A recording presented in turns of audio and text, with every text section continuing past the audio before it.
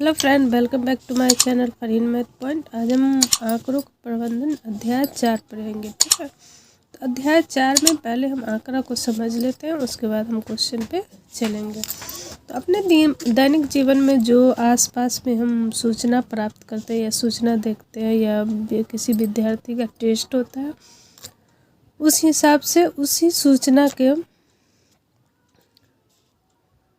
इन्हीं सूचनाओं को आंकड़ा कहते हैं।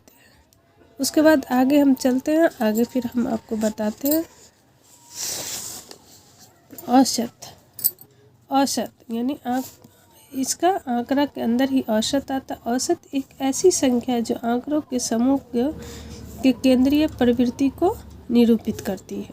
इसलिए हम कहते हैं कि औसत आंकड़ों की एक समूह की केंद्रीय प्रवृत्ति का मापक है। जैसे आंकड़ा हो गया 2, 6, 3, 4, 5, सबको हम ऐड कर देंगे, जोड़ देंगे। औसत निकालने के लिए हम क्या करेंगे, राशियों का जोड़, यानी सारी जो आंकड़ा है उसका जोड़ और बटे राशियों की संख्या। तो सारे को जोड़ के 20 है। अब 1, 2, 3, 4, 5 बटे 5 आ गया, तो ये हो गया इसका 5 से 20, 5 के 20, तो ये इसका आ गया औसत कितना, 4।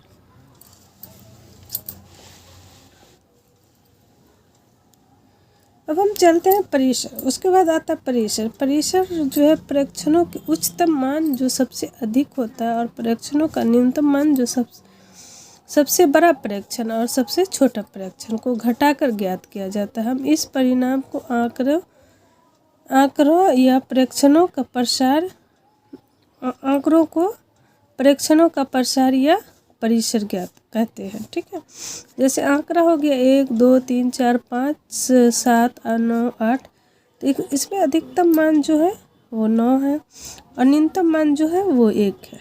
ठीक है, तो 9 में से 1 को घटा देंगे तो 8 बचेगा, तो ये हमारा परिसर ज्ञात हो गया। ठीक है, अब प्रेक्षण क्या है? प्रेक्षण हम किसको कहते हैं? तो प्रेक्षण संकलित आंकड़ों को प्रेक्षण कहते हैं। जैसे 2, 5, 9, 8, 12, 3, यानी जो मिक्स है उसको हम प्रेक्षण कहते हैं। ठीक है, अब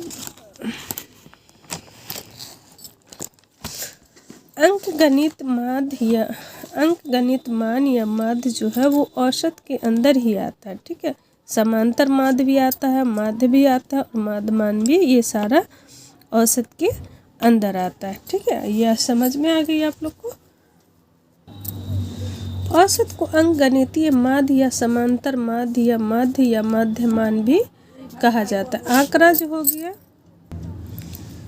हो गया गुणात्मक या मात्रात्मक चर के मानों को समुच्चय को आंकड़ा यानी डाटा कहते हैं। आंकड़ा मापे जाते हैं तथा उनका विश्लेषण भी किया जाता है। जब हम आंकड़ों को एक उपयुक्त सारणी में रख लेते हैं तो उन्हें समझना और उनकी व्याख्या करना सरल हो जाती है। जब हम इसको सारणी में बना लेते हैं तो हमको उसको समझ में भी आ जाती है और उसकी व्याख्या भी हम आसानी से कर सकते हैं। और उसके बाद माध्य का जो होता है, माध्य आता है। माध्य का सूत्र होता है सभी प्रेक्षणों का योग बटे प्रेक्षणों की संख्या। इसी पे हम आगे क्वेश्चन बनाएंगे। चलिए हम क्वेश्चन पे चलते हैं। क्वेश्चन नंबर 1 में है, अपनी कक्षा के किन्हीं 10 विद्यार्थियों का वजन का आंकड़ा इकट्ठा कीजिए तथा इसका परिसर ज्ञात कीजिए। यानी हमारे कक्षा में जो भी विद्यार्थी है उसका वजन और आंकड़ा इकट्ठा करना था। हमारी कक्षा में ज़्यादातर विद्यार्थी एक ही समान वर्ष के होते हैं। किसी का 1 साल बड़ा होता है, कोई 1 साल छोटा होता है, तो उसी हिसाब से उसका वजन भी कुछ आगे पीछे होगा। तो चलिए लिखते हैं, फिर बनाते हैं। तो सबसे पहले हम विद्यार्थी का वजन लिखते हैं। तो चलिए लिखते हैं 42, 43, 45, 38, 32, 40, 39, 1, 2, 3, 4, 5, 6, 7, 44 और 35 और 36। 1 2 3 4 5 6 7 8 9 10, यानी ये 10 विद्यार्थी का वजन हो गया। अब इसमें सबसे बड़ा जो विद्यार्थी का अधिकतम वजन क्या है? अधिकतम 42, 43, 45 है। अधिकतम वजन हो गया 45 और न्यूनतम वजन क्या है? न्यूनतम वजन 32। तो 45 यहाँ पे लिखेंगे अधिकतम वजन परिसर बराबर, यानी अब इसका हम परिसर निकालते हैं तो परिसर हो गया 45 और माइनस न्यूनतम वजन हो गया 32। तो इसका आंसर कितना आ गया? 45 में से 32 को तो 5 में से 2 गया 3 और 4 में से 3 गया 1, इसका परिसर आ गया 13। ठीक है, तो विद्यार्थियों के वजन का परिसर क्या आ गया? 13। ये हमारा आंसर आ गया। ठीक है, पहले क्या किया है, सारे विद्यार्थी 10 विद्यार्थी का वजन लिख लिया, फिर विद्यार्थी का अधिकतम वजन जो है वो 45 है और न्यूनतम वजन वो हो गया 32। तो अधिकतम वजन 35 और न्यूनतम वजन 32 हो गया, तो परिसर बराबर हो गया। परिसर बराबर होता है अधिकतम वजन माइनस न्यूनतम वजन, तो इसमें से घटा दिए तो विद्यार्थियों का परिसर हमारा आ गया 13। ये हमारा आंसर आ गया। अब क्वेश्चन नंबर 2 है, प्रथम 7 पूर्ण संख्याओं का माध्य ज्ञात कीजिए। ठीक, तो पहला 7 पूर्ण संख्या जो है उसका माध्य ज्ञात कीजिए। तो पूर्ण संख्या क्या है? 0।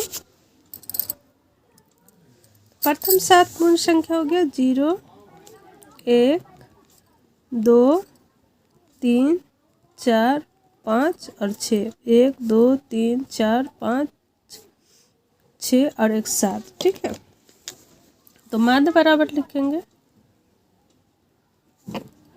माध्य बराबर होता है सभी प्रेक्षणों का योग बटे प्रेक्षणों की संख्या। प्रेक्षणों का योग बटे प्रेक्षणों की संख्या। तो सभी प्रेक्षणों का योग पहले हम लिखेंगे, तो लिखेंगे 0 + 1 + 2 + 3 + 4 + 5 + 6 और बट्टे 1 2 3 4 5 6 7। फिर सबको जोड़ देंगे, तो 0 2 1 3 3 3 6 6 4 10 10 5 15 अच्छा 21 21 बटे 7। तो 7 से 3 21 कट गया, 7 आई 21, तो बराबर इसका माध्य कितना आ गया?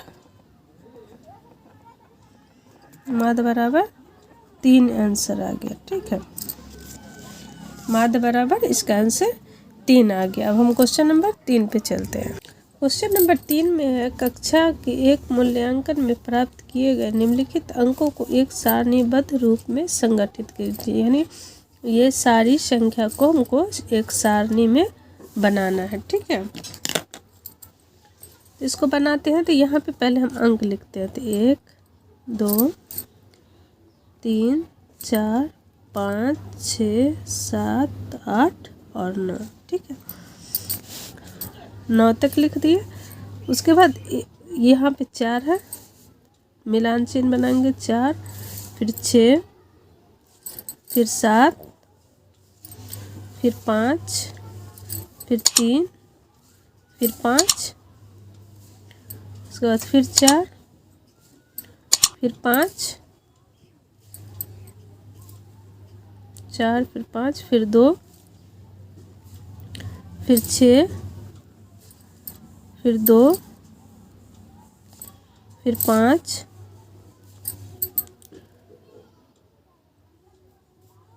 फिर 1 9, उसके बाद 6, फिर 5 5, ये 1 2 3 4 हो गया। अब ये ऐसे कर देंगे तो ये हमारा 5 हो गया। ठीक है, फिर 8 और फिर 4, फिर 6 और फिर 7। अब इधर पे बारंबारता लिखेंगे तो 1 2 1 एक, उसके बाद 3, फिर 5, फिर 4, फिर 2, फिर 1 और 1। ये हमारा तो 2 1 3 1 4 5 6 7 7 7 7 5 12 12 13 14 15 16 17 18 19 20। ये हमारा पूरा अंक था, वो 20 आ गया। ठीक है, तो अब इसमें हम क्वेश्चन बनाते हैं। इसमें क्वेश्चन दिया हुआ है, क्वेश्चन नंबर 1 में है सबसे बड़ा अंक कौन सा है। तो इसमें ये सारे में सबसे बड़ा अंक कौन सा है, 9 लिखेंगे। सबसे बड़ा अंक 9 है।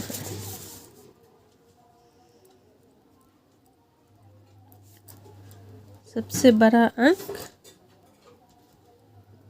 बराबर 9।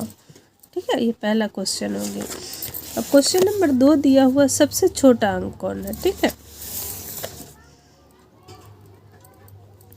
इसमें सबसे छोटा अंक 1 है।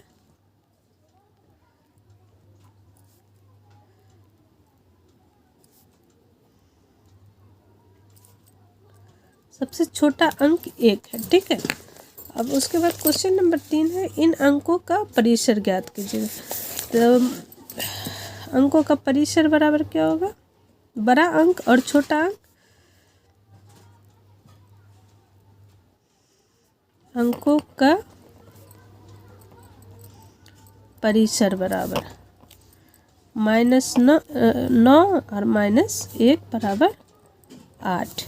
ठीक है, ये अंकों का परिसर आ गया। अब क्या बोलता है, अंक गणितीय माध्य ज्ञात कीजिए, यानी अंक गणितीय माध्य बराबर लिखेंगे क्वेश्चन नंबर 4।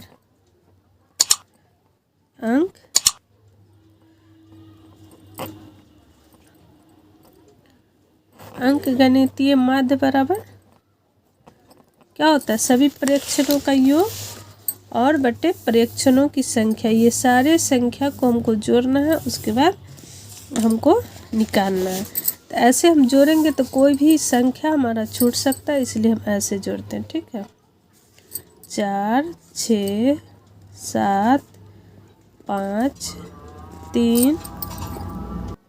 तो ये सारी संख्या को हमको पहले जोड़ना है। ठीक है, तो पहले यहाँ पे लिख देते हैं।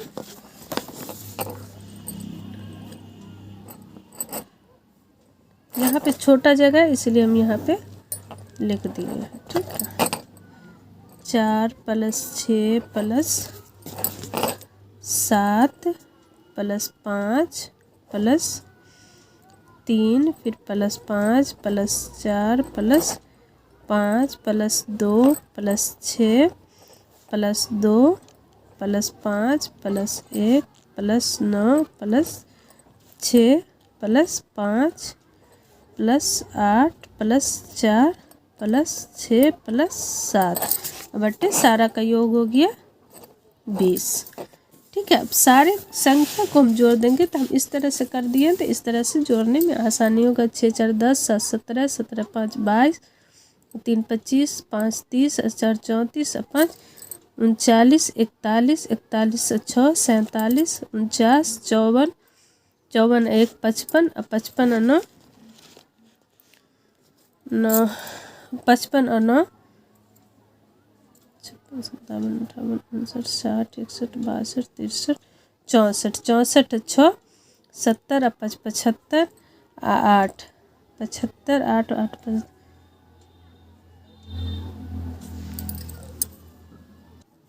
75 8 83 84 85 87 6 93 और 7 100। ठीक है, तो इसका पूरा जोड़ आ गया 100। तो हम यहाँ पे क्या लिखेंगे, 100 बट्टे 20 20 पंचे 100। तो हमारा अंक गणित माध्य क्या है, अंक गणितीय